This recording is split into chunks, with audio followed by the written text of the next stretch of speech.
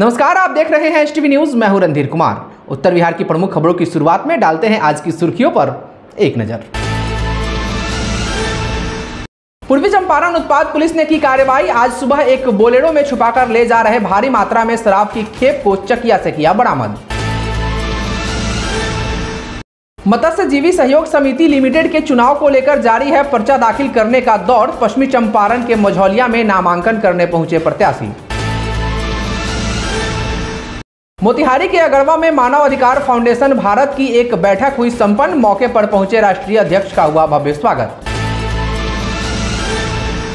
पूर्वी चंपारण में 20 शिक्षक अभ्यर्थियों को दिया गया नियुक्ति पत्र। सुगौली प्रखंड विकास पदाधिकारी सह सचिव प्रखंड शिक्षक नियोजन ने किया नियुक्ति पत्र का वितरण।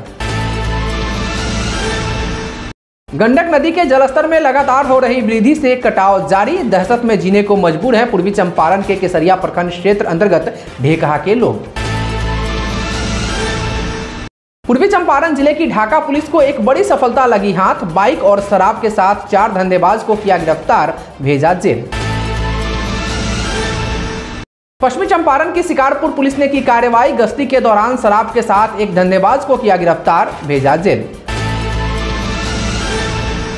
और पश्चिमी चंपारण के नरकटियागंज में 2 हत्या आरोपियों के घर पर लगाया गया इश्तेहार। हाजिर नहीं होने पर की जाएगी घर की कुर्की।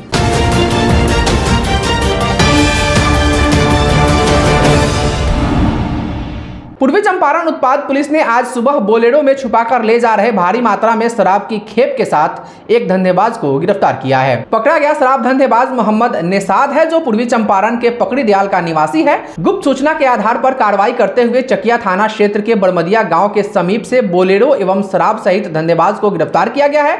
वहीं उत्पाद इंस्पेक्टर रविंद्र कुमार सिंह ने बताया कि वरीय अधिकारी को गुप्त सूचना मिली थी कि धंधेबाज बोलेरो में छुपाकर शराब की बड़ी खेप को लेकर चकिया की ओर जाने वाला है। सूचना के आधार पर एएसआई सोनेलाल के नेतृत्व में उक्त स्थल पर सघन वाहन जांच अभियान चलाया गया। इस दौरान पकड़ी दयाल की ओर से आ रही एक बोलेरो को रुकवाकर जांच किया गया, जिसमें छिपाकर रखे गए 8 PM विदेशी शराब की करीब 336 पीस यानी कुल 7 कार्टून में छुपाकर रखा हुआ शराब बरामद किया गया। गिरफ्तार धंधेबाज को कागजी कार्रवाई करते हुए जेल भेज दिया गया है।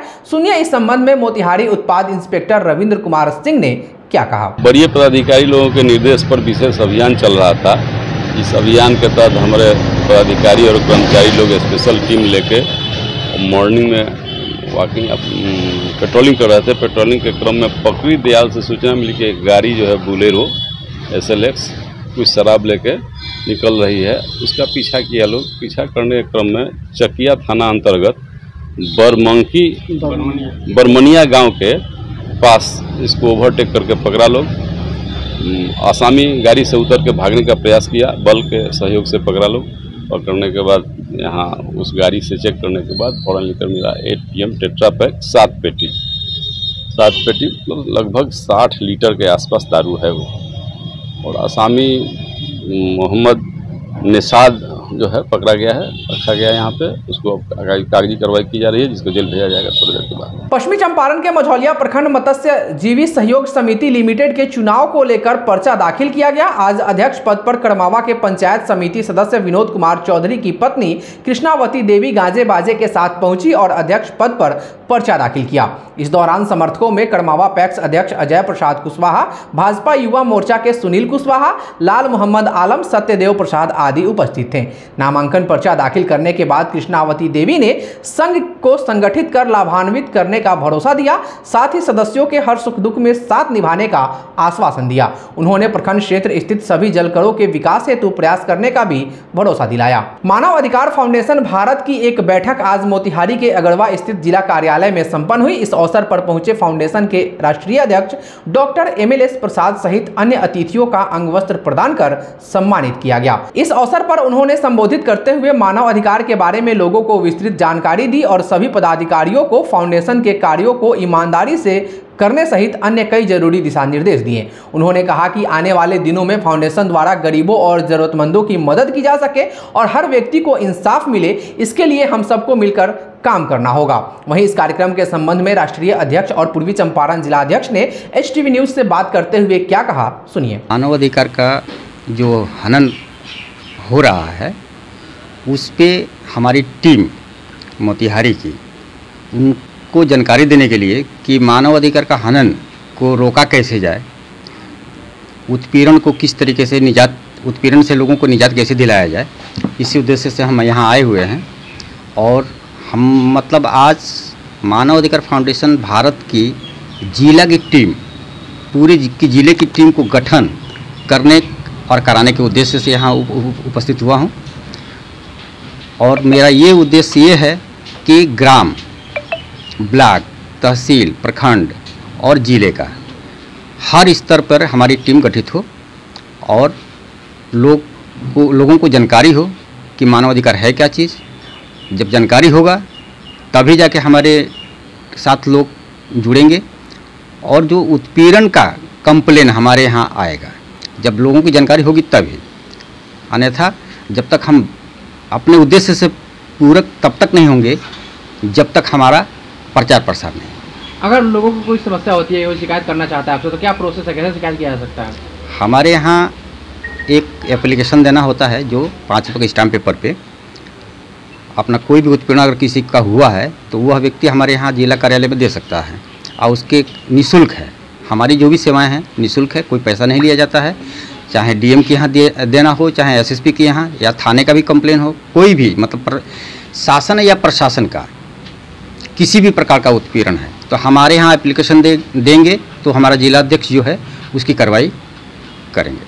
आज के उद्देश्य हमारे राष्ट्रीय अध्यक्ष जी आए हुए हैं, इनके नेतृत्व में, इनके मार्गदर्शन में जो कहेंगे उस अनुसार हम करेंगे। पूर्वी चंपारण के सुगौली प्रखंड अंतर्गत विभिन्न राजकीय उत्क्रमित मध्य विद्यालयों एवं राजकीय मध्य विद्यालयों में वर्ग 1 से 5 तक तथा 6 से 8 तक के लिए विषयवार चयनित 20 शिक्षक अभ्यर्थियों के बीच मंगल सेमिनरी +2 के सभागार में सुगौली प्रखंड विकास पदाधिकारी सह सचिव शिक्षक नियोजन सुगौली तेज प्रताप त्यागी के द्वारा नियुक्ति पत्र वितरित किया गया। इस अवसर पर कुल 20 नवनियुक्त शिक्षकों को प्रखंड के विभिन्न मध्य विद्यालयों में पदस्थापित किया गया। नियुक्ति पत्र वितरण के समय प्रखंड विकास पदाधिकारी सुगौली तेज प्रताप त्यागी ने सभी शिक्षक अभ्यर्थियों को शुभकामनाएं दी। पूर्वी चंपारण जिला अंतर्गत केसरिया प्रखंड क्षेत्र के ढेकहा स्थित गंडक नदी के जलस्तर में लगातार हो रही वृद्धि के कारण कटाव निरंतर जारी है।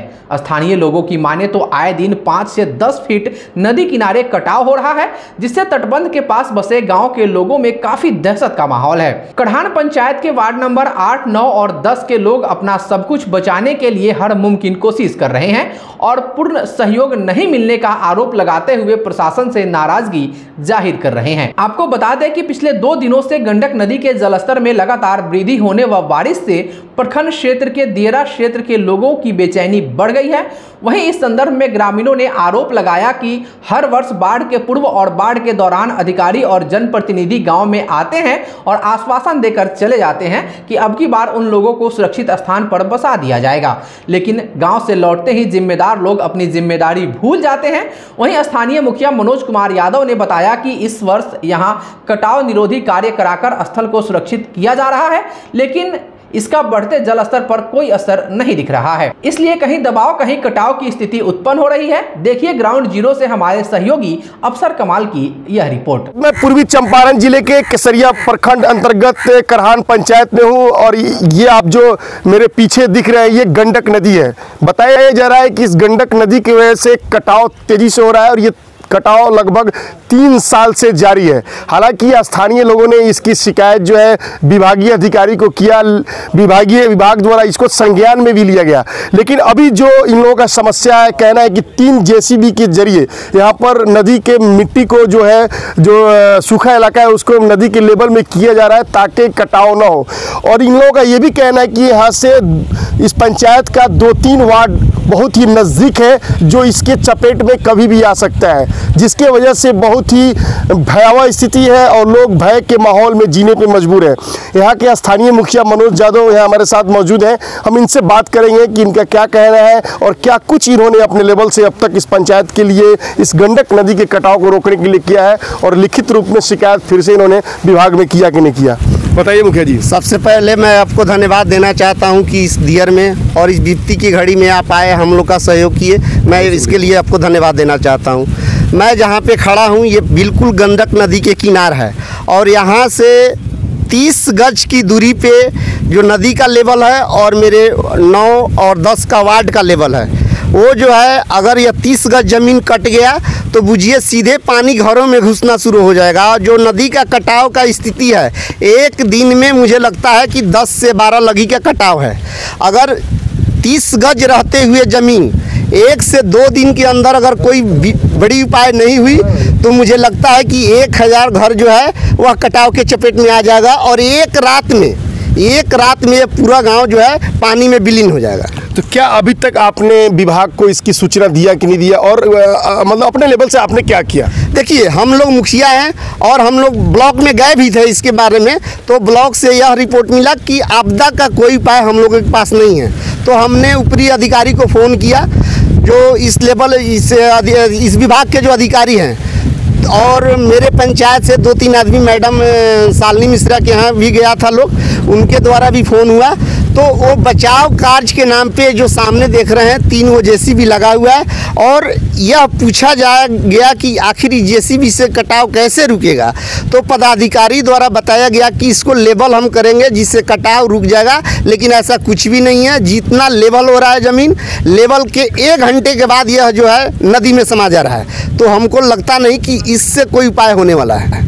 तो क्या कुछ अब इसका अगला स्टेप है, चूंकि 2 गांव बहुत करीब है, जैसा कि आपने बताया कि 2 वार्ड इसकी चपेट में कभी भी जा सकता है, तो इसके लिए तो कुछ ना कुछ तो करना पड़ेगा। मैं आपके द्वारा अगर मेरा आवाज़ डीएम साहब के यहाँ चला जाए, माननीय मुख्यमंत्री साहब के यहाँ चला जाए, तब उनसे हाथ जोड़ के निवेदन करना चाहता हूँ कि 1000 घर को कैसे बचाया जाए। वो लोग ऊपरी पदाधिकारी हैं, हमारे माननीय मुख्यमंत्री जी हैं, उनको यह सोचना होगा। 1000 घर का मतलब आप जान लीजिए कि कम से कम 4 से 3000 लोग मारे जाएंगे अगर इस तरह का कटाव रहा तो हमें लगता नहीं है। और पदाधिकारी से मैं बार फ़ोन कर रहा हूं तो वह कान में रुई लगा के सोए हुए हैं। हमको लगता नहीं कि कोई उपाय होने वाला है। अब भगवान के भरोसे हमारा जो है 9 और 10 बचा हुआ है। देख सकते हैं कि इस वक्त मैं अपने कैमरा पर्सन से कहूँगा कि इधर रुख करें।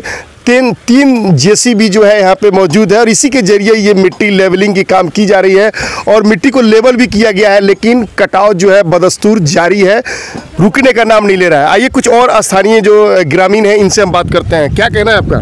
मेरा कहना है इस जेसीबी से काम कराने से कोई फ़ायदा नहीं है। इस पे बोरा का चाहे बोल्डर से काम कराया जाता तो ज़्यादा बढ़िया रहता है। यहाँ से 150 मीटर की दूरी पे घर है, और घर को पास जब चला जाएगा, यहाँ से सिर्फ 30 मीटर कट जाता है। अगर इस नदी से अभी जहाँ वर्तमान आप 0 पे जहाँ पर खड़े हैं, यहाँ से अगर 30 मीटर कट जाने के बाद में नदी का लेवल और घर का लेवल एकदम एक समान हो जाएगा।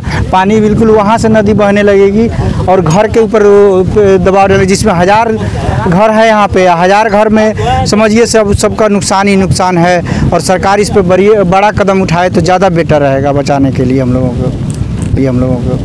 जैसा कि देख रहे हैं कि स्थानीय लोग जो है, और हमारी इस वक्त बात यहाँ के मुखिया से भी हुई, और ये लोग किस तरह से भय के माहौल में जी रहे हैं, और इनका साफ कहना है कि अगर इस चीज़ को संज्ञान न लिया गया, इतने बड़े समस्या का निदान अगर न निकाला गया, तो 2000 की आबादी वाला 2 वार्ड 9 और 10 कभी भी इसके चपेट में आ सकता है। ये हमारे साथ पूर्व सरपंच उपेंद्र जी है, क्या कहना चाहेंगे? सबसे पहले तो आपका धन्यवाद देना चाहूँगा कि कोई नहीं आया अभी तक हम लोग का आवाज़ मैंने आगे तक पदाधिकारी के पास पहुंचाने के लिए।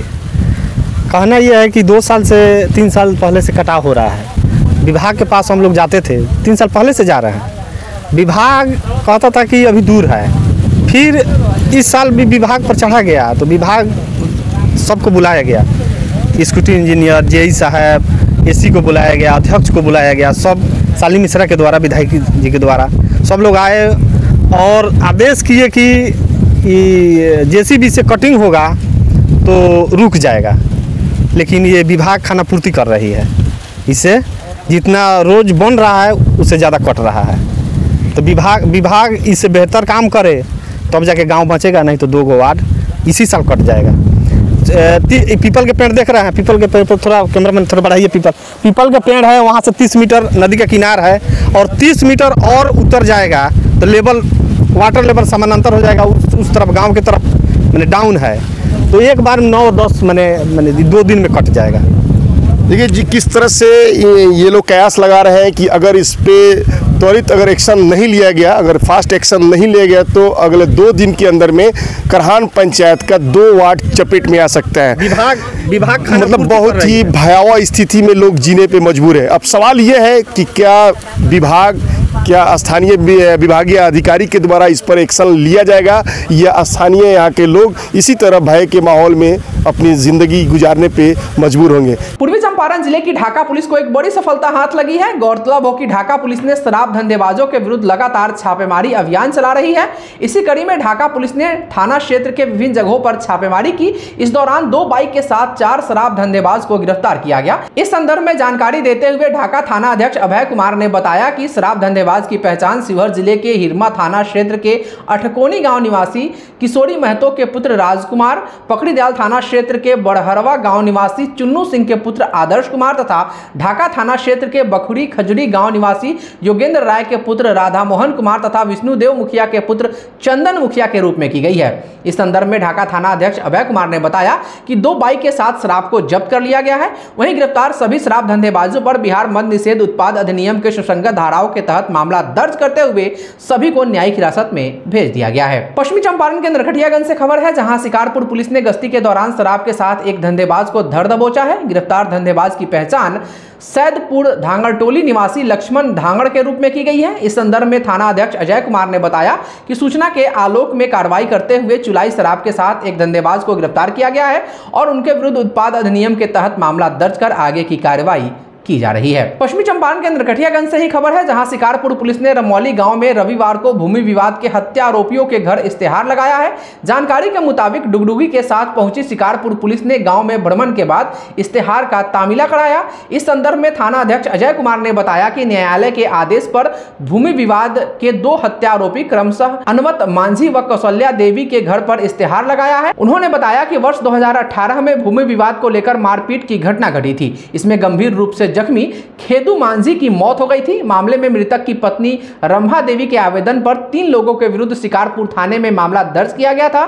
इसमें अनवत मांझी, कौशल्या देवी व फागू मांझी को आरोपित किया गया था। आरोपितों में से फागू मांझी को पूर्व में ही गिरफ्तार कर जेल भेजा जा चुका है, किंतु 2 आरोपित अभी भी पुलिस की पकड़ से बाहर है। उन्होंने बताया कि न्यायालय से इश्तेहार मिलने पर केस के अनुसंधानकर्ता सुरेश यादव ने दोनों अभियुक्तों के घर इश्तेहार लगाया है और हाजिर नहीं होने पर आरोपितों की घर की कुर्की किए जाने की बात कही है। आज के लिए बस इतना ही। एसटीवी न्यूज पर प्रसारित होने वाली खबरें, प्रोग्राम्स आप जीटीपीएल के चैनल नंबर 985 और डेन के चैनल नंबर 155 के साथ साथ आप अपनी सुविधा अनुसार मोबाइल फोन पर भी देख सकते हैं। अगर आप हमें यूट्यूब के माध्यम से देखना चाहते हैं तो एसटीवी न्यूज के ऑफिशियल यूट्यूब चैनल को सब्सक्राइब करें और बेल आइकॉन दबाकर ताजा वीडियोज की नोटिफिकेशन प्राप्त करें। फेसबुक पर हमारे साथ जुड़ने के लिए एसटीवी न्यूज के फेसबुक पेज को लाइक करें और ट्विटर पर एसटीवी न्यूज को फॉलो करें। तमाम लेटेस्ट अपडेट के लिए देखते रहिए बिहार का सबसे तेजी से उभरता न्यूज चैनल एसटीवी न्यूज, सच की आवाज।